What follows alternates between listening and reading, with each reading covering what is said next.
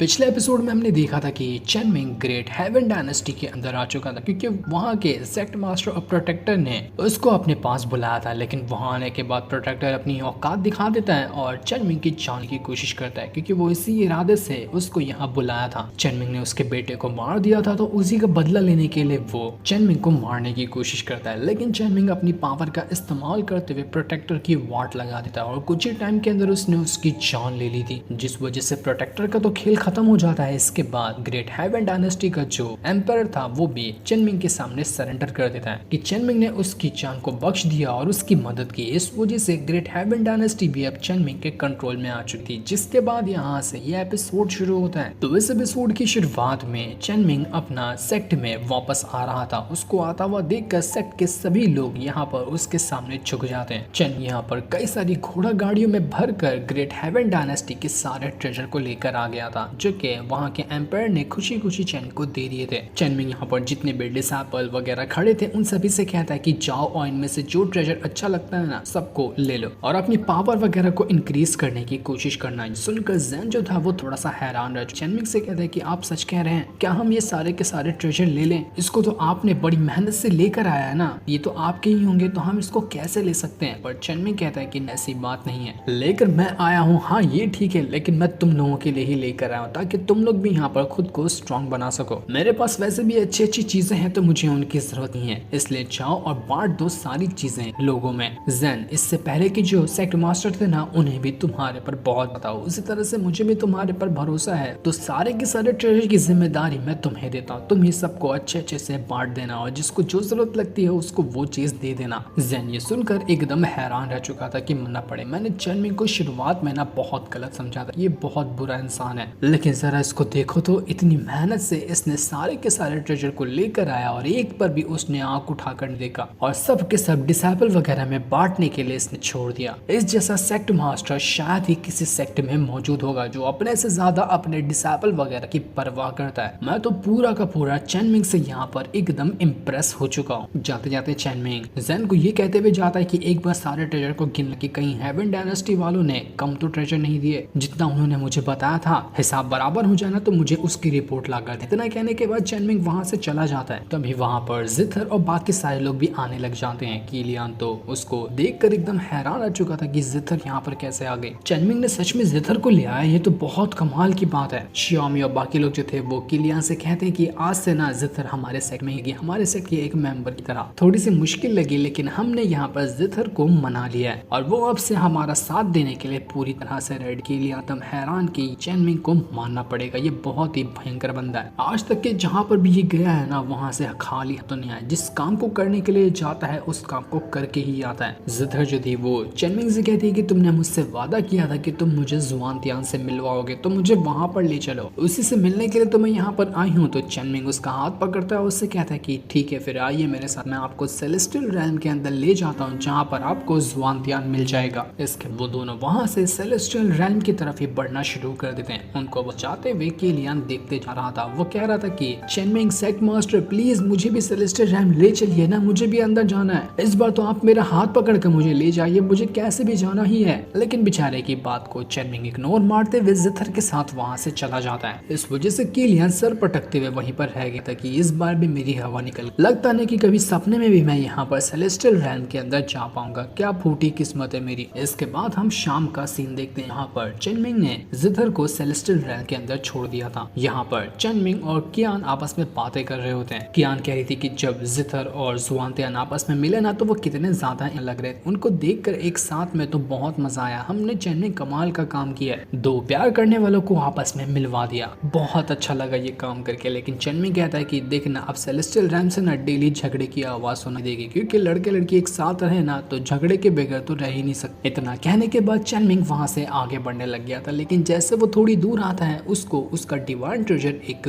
तुरंत जल्दी वाला मिशन देता है कि जल्द से जल्द इसको चेन को पूरा करना पड़ेगा। चेन मिंग के इस मिशन के अंदर लिखा हुआ था कि उसको डिमोनिक क्लान के एक मेंबर की जान लेनी है। ये सुनकर कियान हैरान रह जाती है कि डिमोनिक क्लान से तो अपनी शियामी ही है, अब वो तो बुरी इंसान नहीं है, वो तो बहुत अच्छी है, तो आखिर हम उसको क्यों मारेंगे। इसके अलावा डिमोनिक क्लान का कोई भी बंदा यहाँ पर आया ही नहीं जिसको मारने के लिए हमारा डिवाइन ट्रेजर यहाँ पर हमें फट से जल्दी वाला मिशन दे रहा है। तो चेनमिंग कहता है कि लगता है आया नहीं लेकिन आज जरूर रहा होगा, ऐसा लग रहा है कि तबाही आने वाली, तो जरा इस तबाही से लड़ने के लिए तैयार रहना पड़ेगा। इसके बाद हम रात का सीन देखते हैं जहाँ पर श्यामी जो थी वो अपना नहा रही होती है और उसके बाथरूम के बाहर उसकी जो डिसाइपल वगैरह थी वो पानी लेकर खड़े होते हैं, एक्सरसाइज भी कर रहे थे और वो पानी को भी सर पे उठाए हुए वहां पर खड़े थे ताकि जैसे ही श्यामी मांगे तो उनको वो पानी देने चाह सके। वो लोग कह रहे थे कि देखो तो श्यामी को कितना ज्यादा यहाँ पर गुस्सा कर, इसी की जगह अगर यहाँ पर हमारे चेनमिंग खड़े होते ना तो वो कितनी ज्यादा खुश होती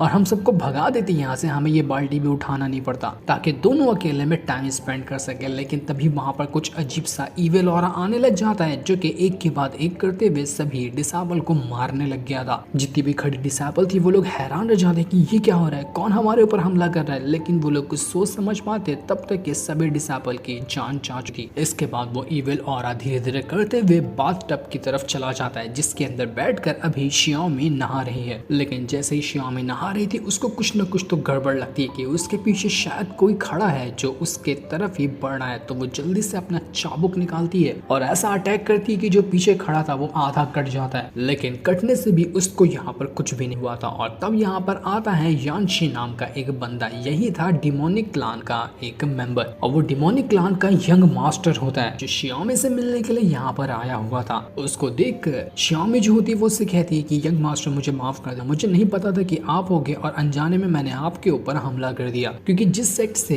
पहले श्यामी रहा करती थी उसी सेट का ये यंग मास्टर है, इसलिए वो उसको इतनी ज्यादा रिस्पेक्ट दे रही थी। लेकिन यानशी कहता है कि इतना ज्यादा पोलाइट होने की जरूरत नहीं है, अरे तुम मुझसे शादी करने वाली हो, उसके बाद तो हम मौज काटेंगे, इतने ज्यादा इज्जत से बात मत करो, थोड़ा सा अनकंफर्टेबल लग रहा है मुझे। ये सुनकर श्यामी कहती कि देखो तुमने मुझे ऑफर दिया था शादी के लिए, मुझे पता है, लेकिन मैंने कभी उस पे हामी नहीं भरी है, तो तुम ये सपने देखना छोड़ दो कि मैं तुमसे शादी करूंगी, ये तो मुझसे बिल्कुल भी नहीं हो पाएगा। जिस पर यानशी कहता है कि अच्छा तो तुम्हें वो शर्त याद है ना कि तुमने किस शर्त पे मुझसे शादी के लिए मना किया था, तुम कहा था कि अगर मैं तुम्हें शादी के लिए इनकार कर दूं ना तो इसके बदले तुम मुझे डिवाइन ट्रेजर ला कर दोगी जो कि जुनलोंग सेट के अंदर मौजूद है, लेकिन तुम मेरे लिए वो डिवाइन ट्रेजर लाई क्या, नहीं लाई ना, तो अब तुम्हें मुझसे शादी करनी पड़ेगी। तुम्हें तो तुम्हारी फैमिली वालों ने ही घर से बाहर निकाल कर फेंक दिया था, उसके बाद हमारे डिमोनिक क्लान ने तुम्हें सहारा दिया और वहाँ क्या एक अच्छा मेंबर बनाया, और तुम इस तरह से एहसान फरामोशी कर रही हो हमारे डिमोनिक क्लान के खिलाफ। देखो मुझसे शादी करो या फिर जल्दी से मुझे वो डिवाइन ट्रेजर ला कर दे दो, इसके अलावा मैं कुछ नहीं सुनूंगा और उसके खाली हाथ तो मैं जाने नहीं वाला। अगर तुम मुझे अभी के लिए थोड़ा सा खुश कर दी हो ना तो मैं तुम्हें 1-2 दिन का और टाइम दे सकता हूँ सोचने के लिए, तो आओ जरा मेरे पास और मुझे खुश करके दिखाओ। ये सुनकर श्याम को बहुत ज्यादा गुस्सा आता है, उससे कहती है कि तू ना भाड़ में जा, तुझे डिवाइन ट्रेजर कभी जिंदगी में नहीं मिलेगा, ना ही कभी मैं तुझसे शादी करने वाली, इस चीज को अपने दिमाग से निकाल देगा ना तो वही तेरे लिए अच्छा होगा। ये सुनकर यानशी का गुस्सा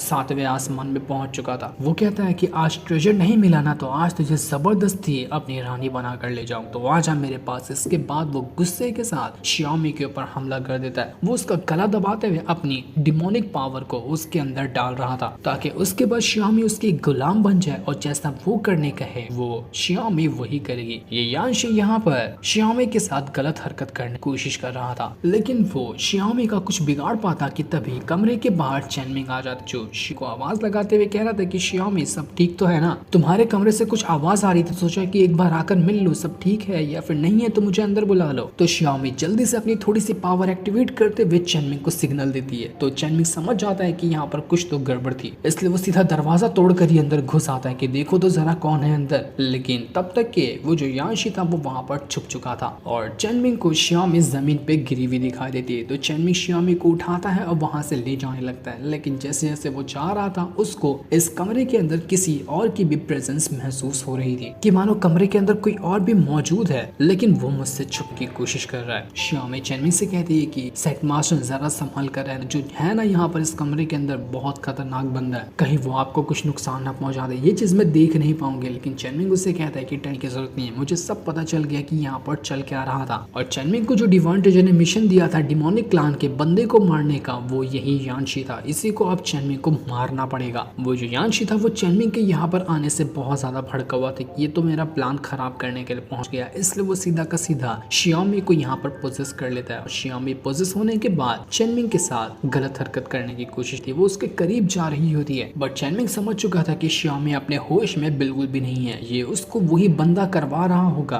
जो इस कमरे के अंदर छुप कर बैठा हुआ है। तो अपना चेनमिंग जो था वो एक शराब निकाल कर सीधा श्याम को पिला देता है। ये शराब जैसे ही श्याम के अंदर जाती है उस यांशी का जो कंट्रोल वाला अटैक था श्यामी के ऊपर वो खत्म हो जाता है। इस वजह से श्यामी यांशी के कंट्रोल से बाहर निकल कर आ चुकी थी और वो खुद में बहुत अच्छा महसूस कर पा रही होती है। उसको काफी खुशी हो रही थी कि चेनमिंग तुमने मुझे यहाँ पर आकर बचा लिया, मुझे नहीं लगा था कि मैं यहाँ पर उस यांशी के हमले से बच पाऊंगी। चेनमिंग कहता है कि टेंशन मत लो, मैंने जो तुम्हें दारू पिलाई है ना उसकी मदद से अब कोई भी तुम्हारी बॉडी के ऊपर कंट्रोल हासिल नहीं कर पाएगा, तो बेफिक्र रहो एकदम। इसके बाद चेनमिंग पूरे गुस्से के साथ आवाज लगाते हुए कहता है कि जो भी इस कमरे के अंदर छुपा हुआ है ना वो बाहर निकल कर आ जाए। मुझे पता है कि तू यहाँ पर छुप कर बैठा है, जिगरा है तो तू सामने निकल कर सामने आएगा। इसके बाद चेनमिंग अपनी थंडर पावर की मदद से उसे यांशी के इविल ऑरा के ऊपर अटैक कर देता है, जिस वजह से यांशी की हालत खराब हो चुकी थी और वो सीधा बाथ टब के अंदर जाकर गिर जाता है। चेनमिंग कहता है कि अच्छा नहाने का मन कर रहा है, रुक अभी मैं तुझे अच्छे से नहला देता हूँ। इसके बाद चेनमिंग अपनी पावर का इस्तेमाल कर जिस बाथ टब के अंदर अभी यांशी गया था उसके नीचे ही आग लगा देता है कि अब नहाते नहाते थोड़ा सा उबल जाएगा ना तो और ज्यादा अच्छी वाली फीलिंग आएगी, गर्म पानी से ही तो नहाना चाहिए। इस वजह से यांशी की हालत खराब हो गई थी, उसका आधा से ज्यादा शरीर जलने लग जाता है और वो एकदम तड़प तड़प कर वो बाथ टब के अंदर से बाहर निकल कर आ गया था। बाहर आने के बाद वो चेनमिंग से कहता है कि बस बहुत हो गया, आखिर तू है कौन और तेरी हिम्मत कैसे हुई डिमोनिक क्लान के यंग मास्टर के ऊपर हमला करने की? अबे तू जानता नहीं कि मैं कौन हूँ, तेरी खड़े खड़े जान ले सकता हूँ, तूने मुझ पे हमला कैसे किया? इसके बाद यांशी जो था वो अपनी पावर का इस्तेमाल करते हुए बहुत ही खतरनाक वाला अटैक रेडी कर लेता ताकि वो चेनमिंग की जान ले सके, लेकिन चेनमिंग को इससे कोई फर्क पड़ रहा था। वो अपना तालिस्मान निकालता है और उसकी मदद से वो